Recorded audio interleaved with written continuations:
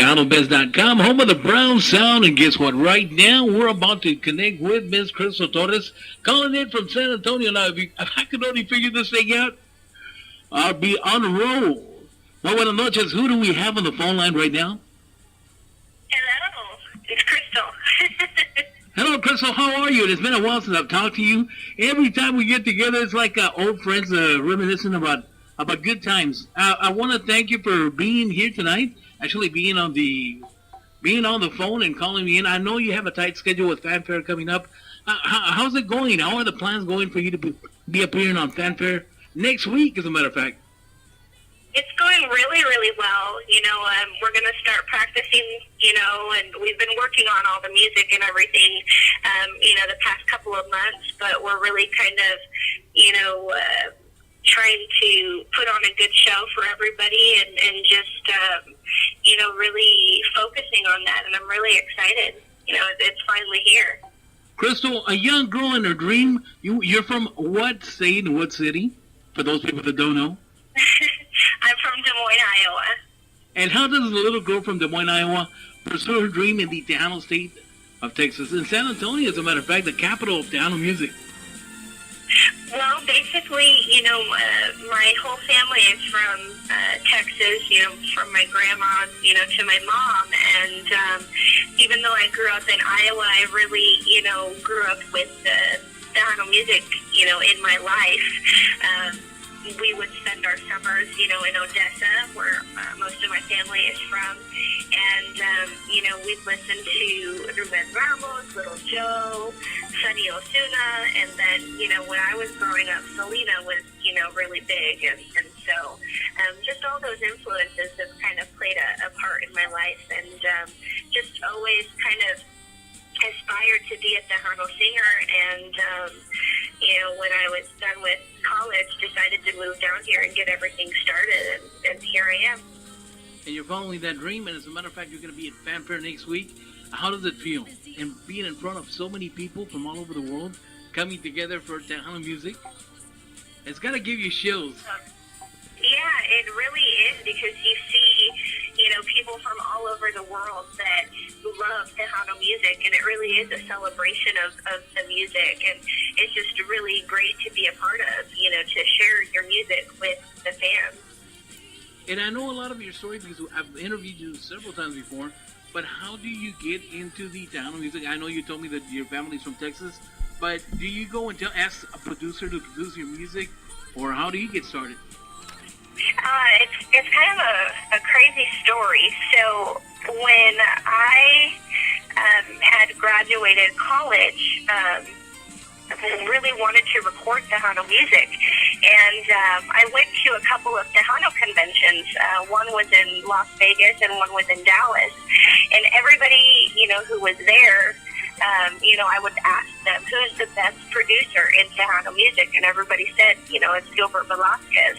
And so I really wanted to talk to him. And every time I went to go try to find him at the convention, he had just left. And so decided to Google him and found, his studio website, and just sent a blind email one day and explained my story and how I really wanted to record Tejano music. He ended up emailing me back asking if I had any music to, show him.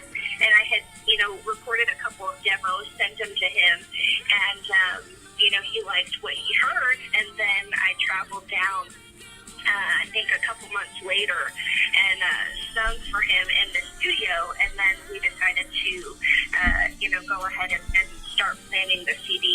So I always tell everybody, if they have a dream, don't be afraid, to go and try to, aspire to, say, be a singer or be a doctor or be an actress, whatever your heart desires. If you really want something, you have to go after it, and I'm living proof of that. And you have to be an inspiration to a lot of women out there. You're a single mother. A lot of people don't know that. And you're following that dream, and it's so hard to be a mother. Now, to be a mother, to be a Tejano star, that's got to be so difficult. It is definitely, I juggle many different hats, throughout the day. But I'm very lucky that I have a strong, family support. They've always been here for me. And so, it hasn't been easy, but, I'm able to, kind of multitask and be able to do everything. Now, on the new song that you have, the name of the song is called Te Daré Mi Corazón, and I was listening to it, and I was commending you on the production. It just sounds like like a song that was produced back in the 90s when it was a heyday of Tejano. Tejano's right now is at a point where it's almost where it was in 1995, 1996. It's getting there, and the production of this song is absolutely awesome. Yeah, definitely. Gilbert Velasquez, produced it. He's always awesome in everything that he does. And, when we were in the studio, the past couple of months, kind of trying to plan everything, I told him, growing up, Sonny Ozuna and Little Joe and Ruben Ramos were very big in my, mom's life. And, it's music that my mom and my grandma raised me on. And so I kind of wanted to pay tribute to them, because they really, to this day still love, the brown sound, the horn lines and everything. And so when we decided to do this song, I said, I definitely want, a strong horn line influence in that. And this is the product, and I'm really proud of it. And like I was telling you, that you can tell the influence of Ruben Ramos, of all these artists that you have just named, of Little Joe. It's just such a clean sound, and Gilbert did an awesome job, like always. He's a great producer, and it shows. Yeah, definitely. It's a really awesome song. I'm really excited for everybody to listen to it. And when does the album come out, Crystal? Well, we're in the studio. We're planning things, so we don't have a definite timeline right now, but just know that we are working on new music for everybody. And there will be rancheras and cumbias, and I love the way you sing your slow ballada songs. Amor Eterno was a song that you did. Is that the correct name? The correct title? I know it's one that really hit home when I heard it with you. Yeah, Amor Eterno, originally a Juan Gabriel song. When we were planning the last CD, definitely wanted a couple of songs to pay tribute to my grandmother, one of which has since passed away. And so Amor Eterno was dedicated to her memory. And it was a really emotional song for me to get through. It was really hard to kind of record without crying.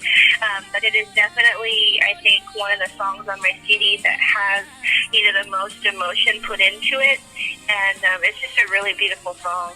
It definitely is. And it brought tears to my eyes the very first time I heard it, because of the same thing. My grandma just passed away. Was going through an emotional period of my life. And then I hear it. And I started playing it all the year. It just caught fire. And a lot of people from all over the world started requesting it. And it's a great job that you did on that song. And I want to tell you, actually, in all the songs that you do, Tres Palabras, on all of them, Que Bárbara, you always try to do your best. Yes, thank you. It's kind of, I guess, a potpourri on the last CD. I've had a lot of different influences in Tejano music, and kind of tried to encompass all of that with the baladas, with the rancheras and the cumbias and everything. So we have some people listening in Monterrey, Nuevo León, that are saying hi to you. Hablas español, ¿verdad? Que eres muy fluyente en el español. Sí soy. Y mi papá es de Montemorelos, Nuevo León. So quiero ir a Monterrey para cantar muy pronto.